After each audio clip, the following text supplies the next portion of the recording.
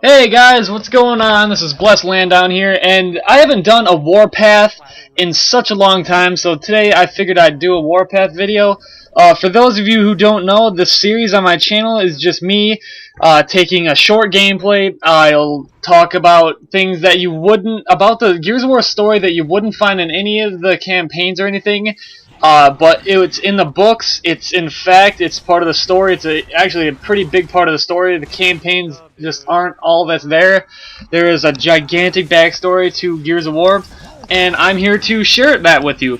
So today I've gotten a request from the last video. I'll put the links to the first two videos in the description. But I will be talking about E-Day today.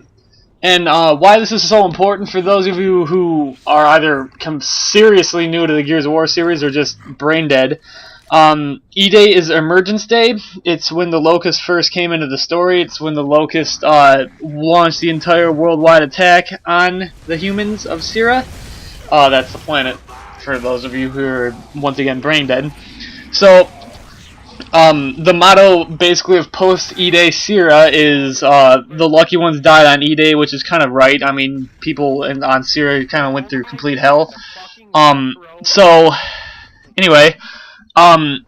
Basically 6 weeks after the signing of the peace treaty with the UIR, the Union of Independent Republics, the Locust Horde attacked all major cities on the surface. This event was called Emergence Day and was the day the Locust Horde basically had finally emerged from the underground hollows of the planet that you visited in Gears of War 2.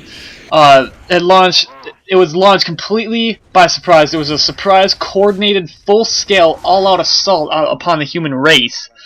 Initial reports sent out on E-Day told the public to remain indoors and remain calm, believing that authorities had the situation completely under control, which is absolute bullshit. And as Emergence Day continued to unfold, the Locusts began mercilessly hunt down and butcher civilians in their own homes, businesses, and on the streets and everything, and it was absolute bloodbath. And the Locusts refused to distinguish between men, women, and children, and just pursued anybody they found, and with an unquenchable thirst for blood. It's absolutely ridiculous, and this is actually the kind of stuff I really like, in a game, because it's absolutely horrific, and it's just horrible. With the general public being unarmed and with most of the COG army on the leave after the Pendulum Wars, the civilians of Sierra were almost helpless to defend themselves. And within 26 hours, a quarter of the human population was dead within days of the first. Emergence, the global communications network had collapsed. But fortunately, for the COG, the Locusts did not tunnel their way to Jacinto, which was a gigantic part of the COG, and the South Islands, where unfortunately the horrible character Bernie came from. Her character's not bad, just the multiplayer character is just horrific.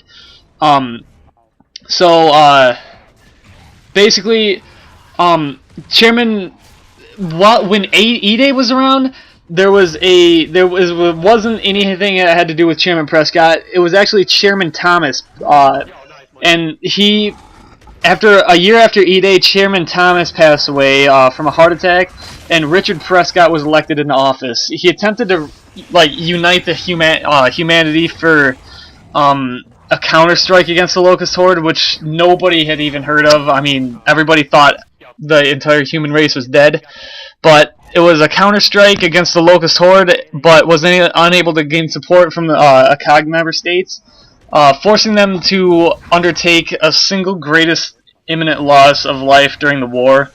And Prescott, sorry, I'm kind of getting ahead of myself here. Prescott instated the Fortification Act and gave Syrians 3 days to retreat to Etheria, which was a big city that hadn't been attacked too hard yet, before he fired the Hammer of Dawn, which was actually the whole basis of the counterattack. The Hammer of Dawn would strike every city on the entire Earth except for 4 cities, which are Etheria, which is everybody had to retreat. The entire population of the human race had to retreat to within 3 days, which was bullshit. You had to retreat to Etheria.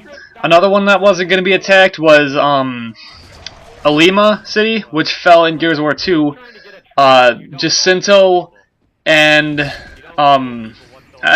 the fourth one really wasn't mentioned, I don't think. But it was said that there were 4 cities that weren't attacked, and so everyone had nobody, not hardly anybody could get to Etheria. The lucky ones got there, and at a great cost to the human life and infrastructure of the entire world, the Locusts were not yet defeated after the hammer strikes. And over the next decade, the Locusts would continue to persist onslaught against humanity, and finally breaching Jacinto at the East Barricade Academy 10 years after Emergence Day, and putting Jacinto under siege for 5 years after that. E-Day was such a significant event in history of mankind that the age-old calendar system was abolished in favor of a year-marking system that involved counting years before and after E-Day to mark an event. Like, for instance, like BE would be before Emergence and AE would be after Emergence. And I think you guys have seen that in the in the games. But anyway, guys, this is a rather short commentary. It's I accidentally recorded a little too long. It's going into bullet march now. But I hope you guys enjoyed this commentary. I hope you got a little bit of information about it. Leave a like, comment about if you want to see if you want me to talk about anything in depth in future episodes. Then I absolutely will do it for you guys. I love all you guys. Thanks again for 100, and I'll talk to you guys a little bit later.